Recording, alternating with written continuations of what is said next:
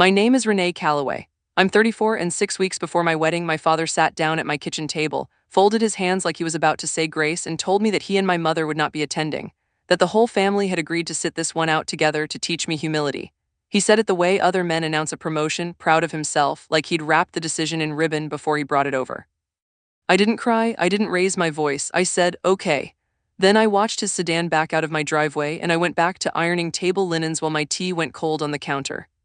For 34 years, I had been the daughter who adjusted, who folded first so nobody else had to. That afternoon was the first time in my life I didn't bend. But it's what my husband did later, standing up in front of 200 guests at the reception, the band frozen mid-song and the ballroom doors thrown wide open. That's the part my father will never forgive. Welcome back to Quiet Reckonings, where we tell the stories of people who finally stopped shrinking and the families who never saw it coming. If you're new here, stay a while. This one's worth it. I work as a palliative care nurse. I've held more hands at the end of life than most people meet strangers in a lifetime, and there's a pattern that shows up again and again in that room at that hour when nothing is left to perform. Nobody has ever told me they regretted keeping the peace too little. What they say, almost every time, is that they wish they'd stopped waiting for someone else's permission to live.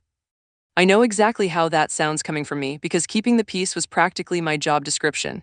I was the one everyone called flat tire at midnight, ride to a treatment appointment didn't matter. I paid for things quietly and never brought them up again because bringing them up felt like handing someone an invoice for love, and you don't bill the people you're supposed to adore. Then Marcus showed up and dismantled the entire system. He's a furniture maker, builds pieces meant to outlast the people who buy them, and he looks at people the same way he looks at wood, checking for the joint that's going to fail under pressure. He proposed to me in my own kitchen, sawdust still clinging to his forearms, no speech prepared, just a small velvet box and more patience than I knew what to do with. When I said yes, he didn't whoop. He just breathed out slowly, like he'd been holding that breath for months. We booked a venue on the water and started a guest list that climbed past 200 names. Out of every name on that list, only 2 made my stomach clench every time I looked at them. Mom, Dad. I told myself it was just pre-wedding nerves. It wasn't. It was 34 years of pattern recognition, sounding an alarm I'd trained myself not to hear. To understand my family, you need to understand the invisible ledger that ran underneath every decision we ever made. In our house, my younger sister Paige needed things and I wanted things, and those 2 categories were governed by completely separate rules. Paige needed a gap year, so my parents remortgaged part of the house without blinking. I wanted to go to community college, so I paid for it myself and got praised for my independence. It took me years to notice the trap hidden inside that praise. Once you're the one who can manage on her own, managing becomes your whole identity, and nobody ever thinks to ask if you're exhausted. The pattern surfaced again, clean as a hairline fracture over a Sunday dinner. Paige was talking about a new business she was launching, wellness retreats, the kind with sound baths and a waiting list. When I brought up my wedding date, my father set his fork down with quiet ceremony. Don't turn it into a spectacle, he said gently, always gently. The best thing a person can carry through life is a little humility. That was my father's gift. He could hand you a blade and somehow make you grateful for the grip. My mother passed the green beans and smiled at the middle distance. Paige laughed and called weddings expensive parties for insecure people, and everyone chuckled, myself included, because that was my assigned role, good sport. I drove the 2 hours home in the dark that night and told Marcus it had gone fine. He looked at me for a long moment. Fine, he repeated, testing the word like it might be rotten in the middle. Here's something I never told anyone, not even Marcus, not for a long while. I had a picture in my head. October the 18th. The bay gone silver with early autumn light, my father's arm steady under my hand as he walked me down the aisle. It embarrassed me how badly I wanted that image to be real. We chose the 18th because it was also my late grandmother's birthday, the only person in my family who had ever told me I didn't need to earn a seat at the table. She died when I was 20. I book. At the venue, put down the deposit, and let myself imagine 200 people watching my father hand me over like something precious he'd kept safe my whole life. That was the real stake, even if I couldn't name it then. Not the flowers, not the dress. Proof in front of everyone I'd ever known that I was loved simply for existing and not only for being useful. My mother called that week warm, asking about color palettes and cake flavors. For a few days it felt possible, like maybe just this once the ledger might tip in my favor. Then, almost as an afterthought, she added, "Oh, and Paige has some news about the retreat. She wants to tell you herself." I recognized that tone instantly, the tone of someone setting a table for a conversation you never agreed to attend. Paige called 2 days later and opened, as always with love, before pivoting to the ask. She told me she'd just locked in her very first retreat cohort, a full group, deposits paid, flights being booked for the weekend of October 18th, my exact weekend. So here's what I'm thinking, she said, bright and breathless. You move yours back a couple weeks. It's a party, right? Mine's an entire business launch. It can't move.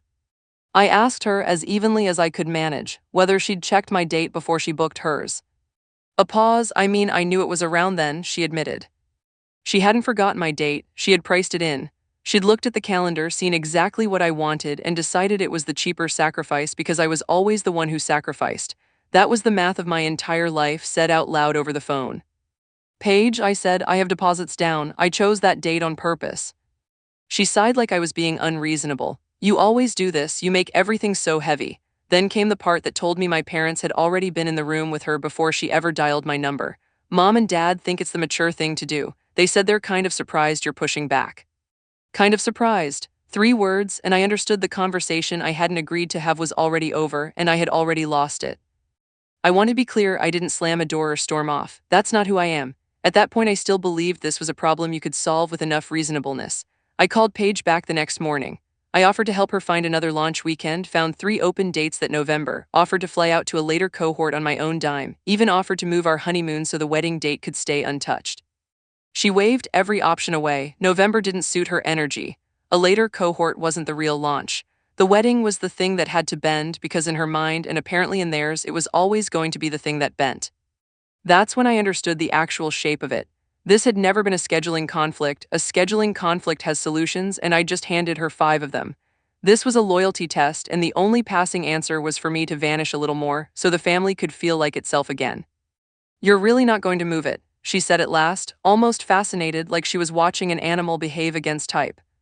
No, I said, I'm really not. It felt strange saying it, light and sick at once, like the moment your feet leave a high diving board. It didn't ring that night. My father, it turned out, preferred to let the silence do some work first. My father doesn't do anger. That's what makes him nearly impossible to argue with. Anger you can push back against. My father arrives disappointed, which is a thing you can only absorb. He called on a Tuesday evening, low, warm, unbearably patient. You've always been our steady one, he said. That's exactly why this is so hard to watch. I gripped the counter and let him walk me through it like a man explaining gravity to a child. Paige was building something fragile. A wedding was lovely, sure, but at the end of the day it was one afternoon and family was every day for the rest of your life.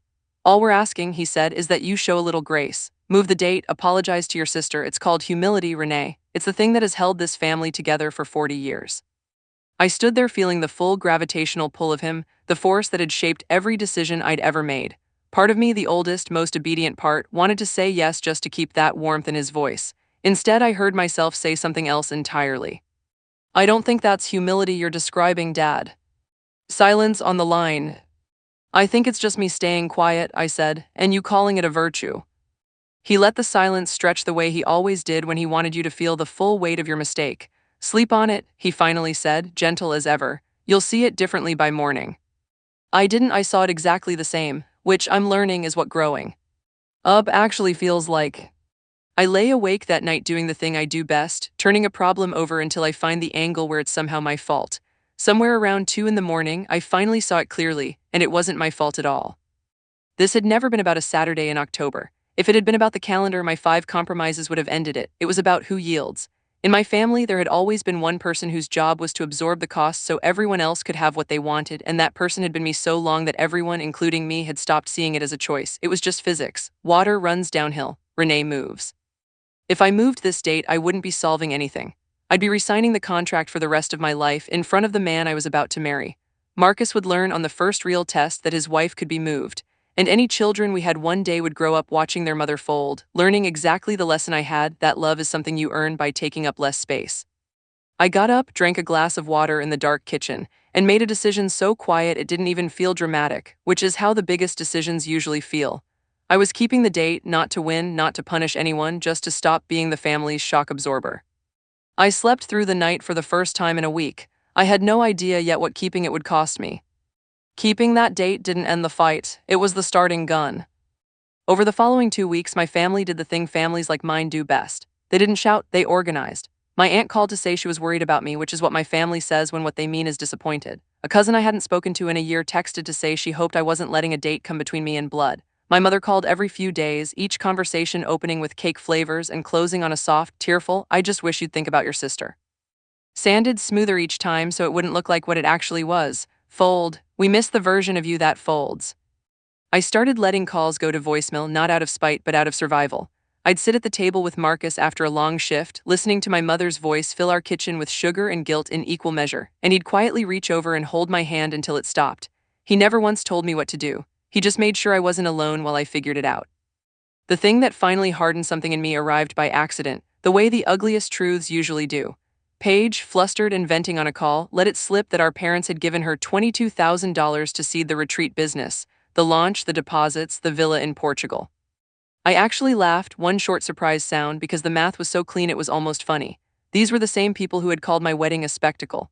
The same father who had lectured me about humility, about needing so little, about the grace of carrying less.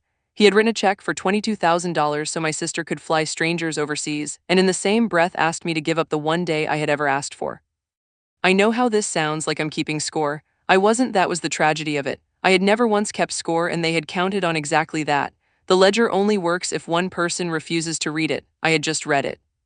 I sat with that number for a long time, not with rage exactly, something quieter and more permanent, like a light switching on in a room I'd lived in my whole life in the dark. Humility wasn't a family value, it was a budget. A line item they had spent my entire life spending because it cost them nothing and it cost me everything. That night I told Marcus a story I had never told anyone. When I was 10, I'd been cast as the lead in the school play, the one time in my childhood I got to stand in the center of anything. 2 nights before opening, Paige, who was 6, spiked a fever the pediatrician couldn't explain. My parents decided I should skip the play so Paige wouldn't feel left out once she recovered. I remember standing in the kitchen in my costume, already dressed, and my father crouching to my eye level with that same warm, patient face. "Your sister needs us," he said. "That's what family does, the bigger person understands." I was 10 and I wanted so badly to be the bigger person, so I took off the costume, hung it back up, and stayed home. Something inside me folded shut that night and never fully opened again. Paige's fever broke the next morning. It was nothing. Nobody ever mentioned the play again. Marcus didn't say anything for a while, then quietly, "You were 10. Like that fact alone settled something. I realized I'd been carrying that costume my whole life, putting it on, taking it off, every time the family needed a bigger person and looked at me. 34, yay. Our rest of being the bigger person had a specific cost. I had gotten very, very small, and I was tired all the way down to the bone. Marcus is not a man of speeches. He communicates mostly in wood grain and steady hands. So when he sat me down at our kitchen table one evening with that careful look on his face, I braced myself for him to join the chorus and tell me to just make peace already. He didn't. He turned his coffee cup a slow half circle, the way he does when he's choosing which board has the right grain for a joint. "I've been listening to you talk about this for weeks," he said, "and here's what I keep hearing. Every solution you offer, you're the one who pays." I opened my mouth to explain. He raised one hand, not unkindly. "I'm not finished." He looked at me and there was something in his face I'd never quite been given before, not pity, respect, the kind that holds steady under load. "You can do whatever you decide," he said. "I'll stand next to any of it, but I need you to hear one thing first." He set his hand flat on the table like he was setting down something heavy. "You don't owe them a smaller life." One quiet sentence and my throat closed. Nobody had ever said that to me. My entire life had been an argument for the opposite, that shrinking was simply another word for loving. And here was this quiet man with sawdust under his fingernails telling me the debt had never been real. I didn't answer him. I couldn't. I just sat there while 34 years quietly rearranged themselves in the dark of our kitchen. I wish clarity had made everything easier after that. It didn't, it just made me a clearer target.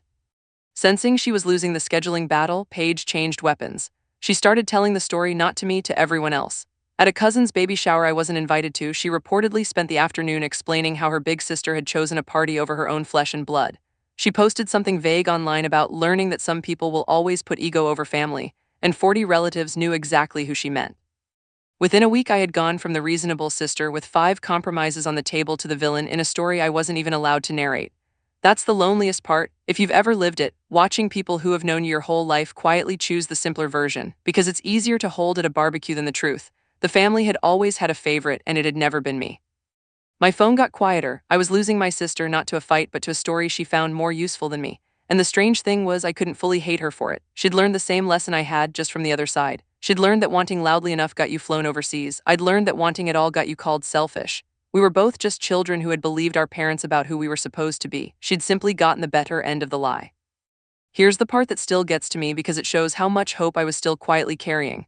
About 9 weeks out, I sat down with my wedding planner, a brisk woman named Odette who had seen every configuration of family dysfunction in every possible hall. Her pen hovered over the head table seating because by then everyone knew the situation. She asked carefully whether we should just close it up and let the gap look intentional. I told her to keep 2 chairs, 2 empty seats at the head table, with place cards for my mother and father exactly where they'd sit if they came. Renee, honey, she said gently, if they don't show, those chairs are going to be the loudest thing in that room. I know, I said, keep them anyway. Because here's the truth I hadn't said out loud to anyone but her. I wasn't ready to fully stop hoping. Some 10-year-old part of me, still standing in that costume, believed that if I left the door open, my father might finally walk through it. So I kept the chairs held open for 2 people who'd already told me in plain language that they weren't coming. The ultimatum arrived 7 weeks before the wedding from my father in person. He drove the 2 hours up and knocked on my door on a Sunday afternoon. I let him in. I made him coffee because even knowing what was coming, I could not stop being his daughter. He sat at my kitchen table, the same table where Marcus had told me I owed no one a smaller life, folded his hands and laid it out. I've talked with your mother and your sister. We've come to a decision as a family. I already knew what was coming. You always know with my father right before he says it. If you keep this date, none of us will be there, not me, not your mother, not your sister. He let that settle, then he delivered the line I will hear for the rest of my life. Sometimes the only way to teach someone humility is to let them feel what it's like to stand alone. He believed it completely. He wasn't being Real, not by his own accounting. He genuinely thought he was correcting me the way you'd pull a child back from traffic. He thought absence was a lesson he could give me for my own good. My mother, I found out later, had sat in the car the entire time. She never came to the door. She waited while her husband told her elder daughter that the whole family would boycott her wedding. I looked at my father and understood, finally, that the man asking me for humility had never once in his life been required to have any of his own. I didn't beg. The old version of me would have followed him to the car, knelt at the window where my mother sat, promised anything to bring the warmth back. I didn't. I walked my father to the door and said, I understand your decision and I'm keeping mine. My voice didn't shake. That surprised me more than anything else that day. I stood at my window and watched them go and felt something I didn't have a word for yet. It wasn't triumph. It was closer to the feeling after a broken bone gets set. A clean, bright, sickening ache, somehow is the start of healing, even though it hurts exactly as much as the break did. When Marcus got home, I finally let go and he held me at the kitchen table while I came apart. He didn't tell me I'd done the right thing. He just held on. Later, I told him the worst part wasn't that they weren't coming. It was that some stubborn, loyal 10-year-old part of me had believed, right up until my father said the words aloud, that when it came down to it, they'd choose me. They chose the lesson, I said. No, Marcus said, and it's the truest thing anyone said to me that entire year. They chose being comfortable, they just call it a lesson. I mailed the invitations knowing 2 seats might stay empty. I hand-addressed one to my parents myself, wrote their names in my best handwriting, sealed it with the date printed inside in gold and mailed it. Not to guilt them, I'd stopped trying to move them by then. I mailed it because I'd rather be the kind of person who left the door open than the kind who slammed it, even against people who'd already slammed theirs. That invitation was for me. It was me deciding what kind of daughter I wanted to be, regardless of what kind of parents I'd been handed. The RSVPs stacked up fast. Marcus's big warm family, my friends from the hospice unit, nearly 200 yesies. And from the house 2 hours south, nothing. Just 2 place cards at the head table, waiting, getting emptier by the day. 10 days out, the money disappeared. My parents had promised to cover the catering, about $12,000, offered warmly a year earlier when I was still the daughter who behaved. Now my father called Odette directly and told her the family would no longer be contributing. A safety net I hadn't realized I was standing on was simply gone. I panicked for one night. Marcus and I sat with the banking app open and the numbers not adding up, and I felt the old pull, strong as gravity. Just call him, apologize, move the date, and it all disappears. Instead, Marcus closed the laptop. We'll cover it, he said. Trim the guest list shorter, bar, pull from the shop account. He said it the way he'd tell you a joint would hold. And we did a little over $12,000 in the end. The wedding got smaller and somehow better. Every single thing we cut had been something my parents wanted and I'd simply agreed to. When they pulled their money, they pulled their taste along with it, and what was left underneath was the wedding I'd actually wanted all along. They thought they were taking something from me. They handed it back. My mother called 4 days before the wedding. Her voice was small and wet, and for a few minutes I got the mother I had always wanted. I don't think your father is right about this, she whispered. My heart leapt so fast it physically hurt. She said she missed me. She said she thought about the little girl in the costume every day. She remembered the play too. Something in me cracked open with hope. So come, Mom, I said, just come, you don't need his permission. A long, terrible silence. In it, I heard the entire shape of my mother's life, the same shape as mine, learned younger, held longer. You know I can't, she finally said. It would be a whole thing. A whole thing, she would rather sit alone 2 hours away than cause a single hard afternoon. She agreed with me completely, and it changed nothing, because agreement had never once been the same as showing up. My mother wasn't a secret ally waiting to be rescued. She was a warning about exactly who I'd become if I kept folding. I told her I loved her, I meant it, and I hung up knowing the last person who might have crossed that line had just gently chosen not to. I was on my own, and somehow that clarified everything. The night before the wedding, my father made his final move. He called at 9 and I stepped on to the porch to take it, because I didn't want his voice inside our house that particular night. He sounded almost kind. I've been thinking I don't want to miss my daughter's wedding. For one dizzy second, hope again, that stubborn animal refusing to die. Then he kept going. So here's what we'll do. In the morning, call your sister and apologize. Tell everyone you'll fly out to support her retreat. Show a little humility. Do that and I'll be there tomorrow. I'll walk you down that aisle myself.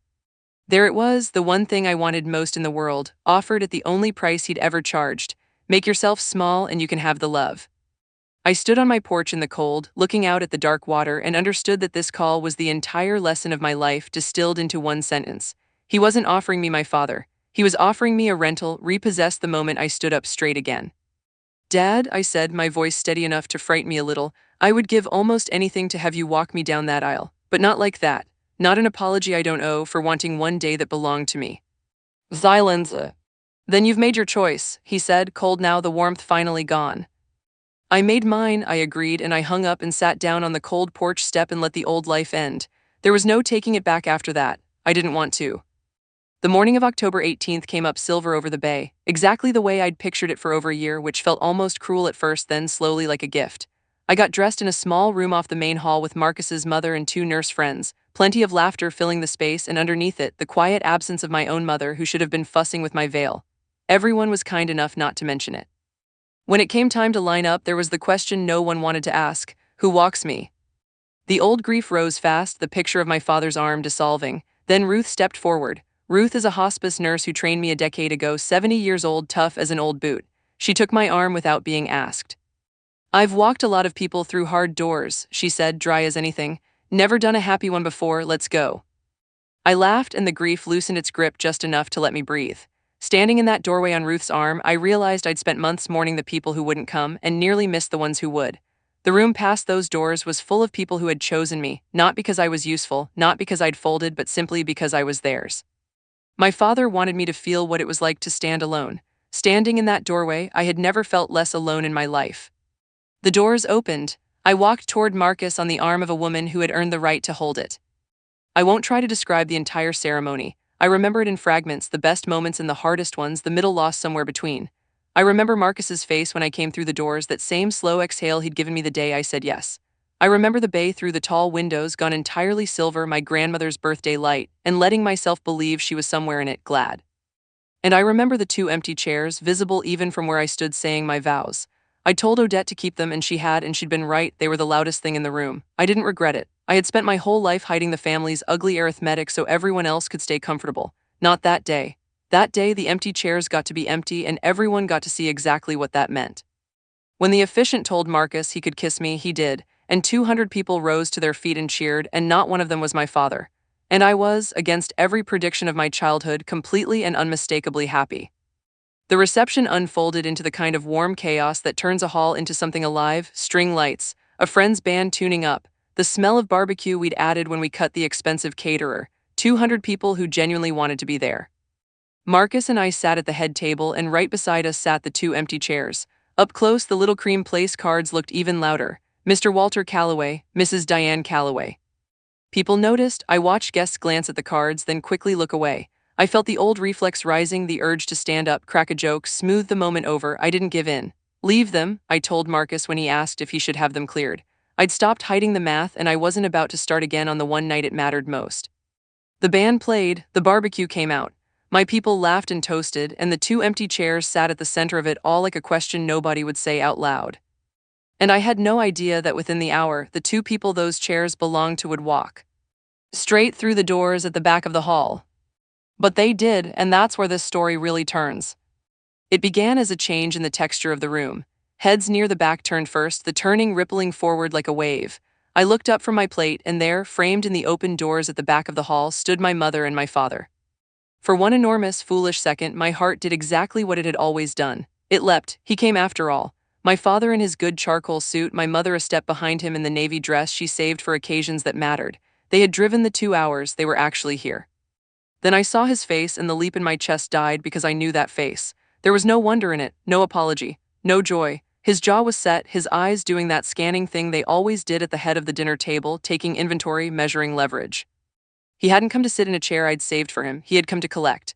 Word had reached him, a cousin, a leaked photo, a small town, that the wedding was happening anyway, happy, full that I hadn't crumbled without them. And a man like my father cannot let a lesson go unlearned. He'd driven 2 hours, not to give me away, but to get me back, and to remind everyone, mostly me, whose approval the whole thing was still supposed to run on. My mother's eyes found mine, frightened and pleading. My father started walking toward the head table. And Marcus stood up. Marcus is not a man who commands a room. He's the man in the corner fixing the wobbly table leg nobody else noticed. So when he rose, slow and easy, and tapped his water glass once with a butter knife, the strangest thing happened. The entire hall turned toward him, because a quiet man standing up is somehow louder than a loud one. The band trailed off mid-song. Conversation cut off mid-sentence. Even my father, halfway across the dance floor, stopped, because you cannot keep striding toward a target when 200 people have just turned to watch the groom. I have never heard a room that size go quiet that fast. You could hear the string lights humming. I didn't know what Marcus was about to do. We hadn't planned a single word of it. He looked down at me once, a flick of the eyes, checking the way he checks a joint for load. I gave him the smallest nod, though I didn't fully know what I was agreeing to. Then he lifted his glass, looked out across the 200 people who had come, past them, at the one man who had come to collect, and began to speak. Most of you know I don't talk much, Marcus said, so I'll only say this once. His voice was level, plain, and it carried into every corner because nobody dared breathe.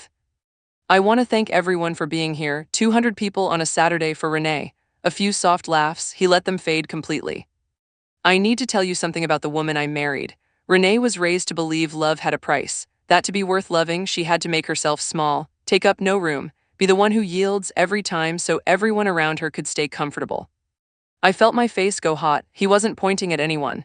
He was simply telling the truth plainly, the way he'd tell you a beam was cracked. She spent 34 years paying a debt she never actually owed, he went on. He set his glass down and rested his palm flat on the table beside the 2 place cards. So tonight, in front of everyone who loves her, I want everyone in this room to witness me settling her account, paid in full.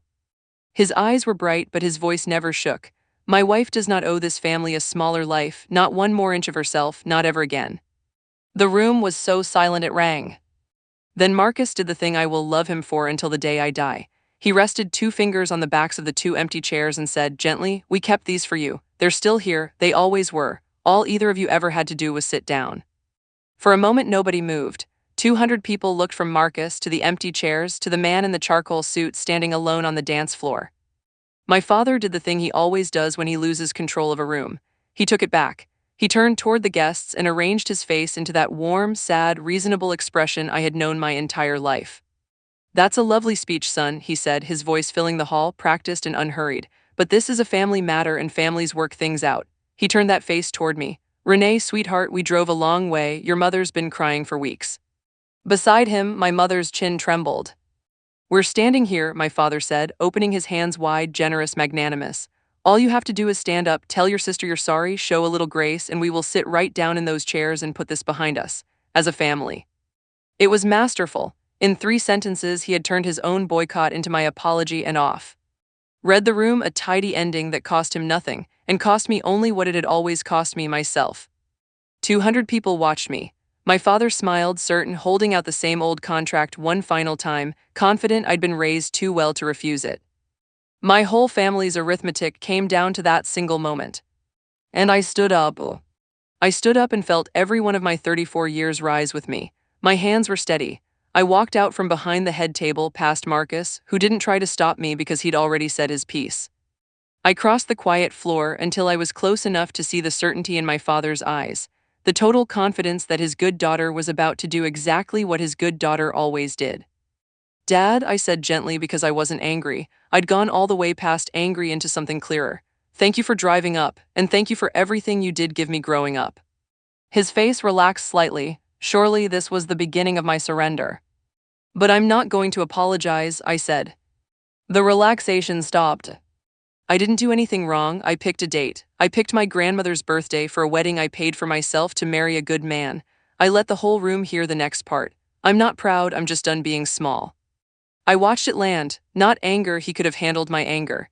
It was the calm that undid him, because calm was the one thing he'd never developed a lever for. Those chairs are yours, I said, gesturing toward them. They've been yours this whole time, and they still are. You can sit down right now as my parents, as my guests. I'd love that more than you know. I paused. But not as creditors. You can come in as family, or not at all, but you cannot come in as a bill. Silence. My father stared at me like he was looking at a stranger wearing his daughter's face. In a way, he was. The daughter he'd built, the one who folded, wasn't standing there anymore. I'd left her behind months earlier in a dark kitchen at 2 in the morning. He held my eyes, searching for a lever, disappointment, warmth, guilt, 40 years of family gravity, and found one by one that none of them worked anymore. And when a man like my father runs out of levers, he has exactly one move left. He leaves. I didn't raise you to embarrass this family, he said low, meant to land like a verdict. It didn't, it just sounded like a man losing an argument he'd never once lost before. He turned and walked back toward the doors, certain he was delivering the final lesson by removing himself from the room. And here is the part I did not expect. My mother did not follow him. She stood frozen between her husband's retreating back and her daughter's face, and for one unbearable second the whole shape of both our lives hung in the balance. Then she took a step toward me, then another. She crossed the floor with tears running freely and sat down in one of the 2 chairs, as a guest, as my mother.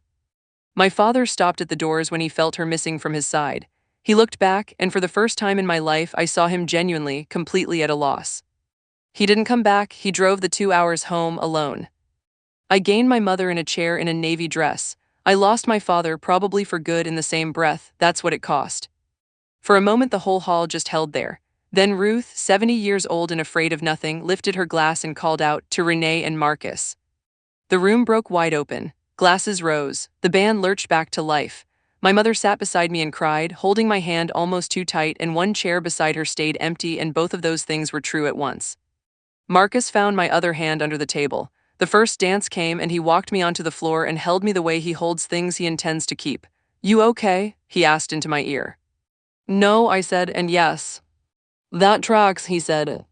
We turned slowly under the string lights while the bay went dark outside the tall windows, and I felt a strange, unfamiliar lightness, the feeling of no longer owing anyone anything, of having stopped, finally, paying a bill that had never actually been mine. My father's empty chair sat behind us. My mother's full one sat beside it, and I danced with my husband in a room full of people who had chosen me. My father and I haven't spoken since that night. I won't pretend that doesn't hurt on ordinary errands in a grocery aisle when I catch sight of a gray-haired man in a work jacket and forget for half a second that it isn't him. Paige still tells the story where I'm the villain, and some of the family still believes her because it's the easier version to hold at a barbecue. My father, as far as I know, still believes he was teaching me something. Maybe, in a way I'll never admit to him, he was. But the grip it once had on me is gone. My mother calls now, not as a peacemaker, just to talk, the way a mother talks to a daughter. She isn't the woman who crossed that dance floor every day, but she crossed it once, and once is where everything else starts. Marcus built us a table, small, oak, big enough for the people who actually choose to sit at it. No ledger, no math, no bigger person and smaller person, just chairs for people who show up because they want to. That's the family I have now, smaller than the one I was born into, the first one I've never had to shrink to fit inside. I sat with a dying man last week who told me his only real regret was every time he made himself smaller for people who never once made room for him in return. I thought about my father, and finally understood that real humility was never about disappearing so everyone else could stay comfortable. It's about knowing exactly what you're worth, and refusing, gently but completely, to accept a single penny less. That's my story, one date on a calendar, 2 empty chairs, and a debt I finally handed back to the people who wrote it. If someone ever taught you that love has to be earned by disappearing, take this as your sign to stop paying. Thank you for being here. I'll see you in the next one.